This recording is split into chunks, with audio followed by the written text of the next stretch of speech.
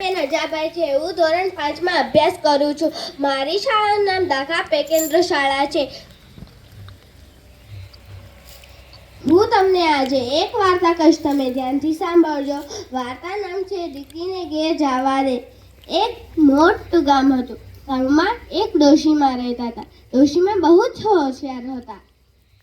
એમની એક દીકરી બીજા ગામ રહેતી હતી.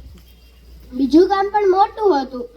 ડોશીને તેની દીકરી બહુ જ યાદ આવતી હતી.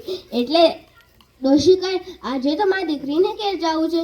એટલે તે જવા લાગી. જતા જતા બસમાં એક મોટું ગામ આવ્યું. મોટું જંગલ આવ્યું. જંગલમાં કેટલાય પ્રાણીઓ રહેતા હતા.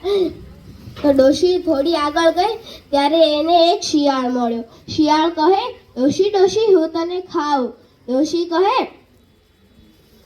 કહે દીકરીને કે જાવા દે, શી લોહી ચડવા દે, પછી મને ખાજે. શિયાળ કહે, સારું, પાછી આ જ રસ્તે ચાલજે. ફરીથી થોડી આગળ ચાલી તો શેર આવ્યો. શેર કહે,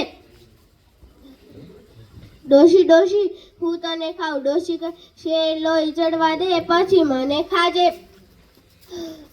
શેર કહે, સારું, પાછી આ જ રસ્તે ચાલજે, સાંભળી લે તું. પછી ફરીથી આગળ ચાલી ત્યારે તેની દીકરીનું ઘર આવી ગયું. દીકરી તેની માતાને જોઈને બહુ જ ખુશ થઈ ગઈ. ઉત્સાહમાં તે માને પૂછવા લાગી, માં તારા માટે શું ખાવાનું બનાવું? માં કહે, મારે તો કાંઈ જ નહીં ખાવું, તું જે બનાવે એ જ ખાઈ લઈશ.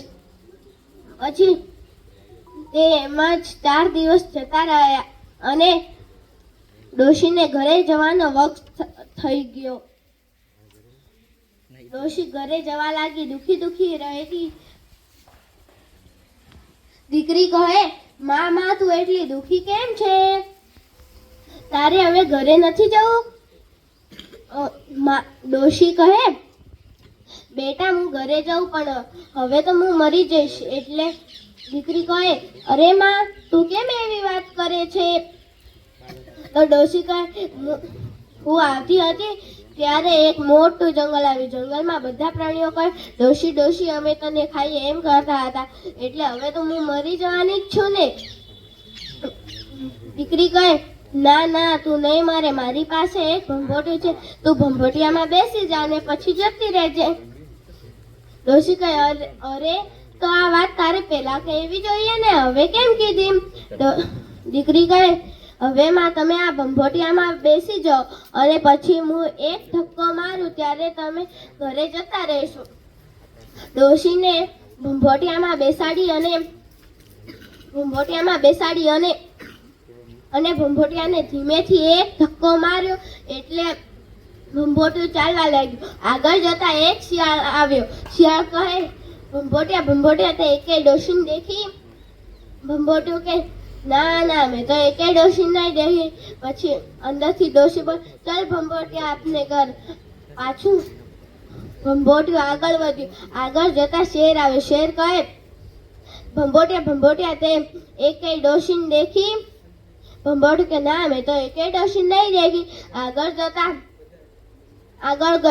આગળ જતા તેનું ગામ પણ આવી ગયું અને શેર અને શિયાળ તેની પાછળ જ આવતા હતા. પછી ડોશી જેવી જ બહાર નીકળી કે એની પાછળ શિયાળ અને શેર પણ આવ્યા અને ડોશીના હાથમાં ભભૂત હતી. તે ડોશીએ એ ભભૂત શિયાળ અને શેરની આંખમાં નાખી દીધી. એટલે શિયાળ અને શેર તો બંને આંખ ચોળવા લાગ્યા. આંખ ચોળતા ડોશી તેના ઘરમાં પેસી ગઈ અને બારી અને બારણા બંધ કરી નાખ્યા. અને પછી શેર અને શિયાળ તો બંને ભૂખ્યા પેટે ઘરે જતા રહ્યા.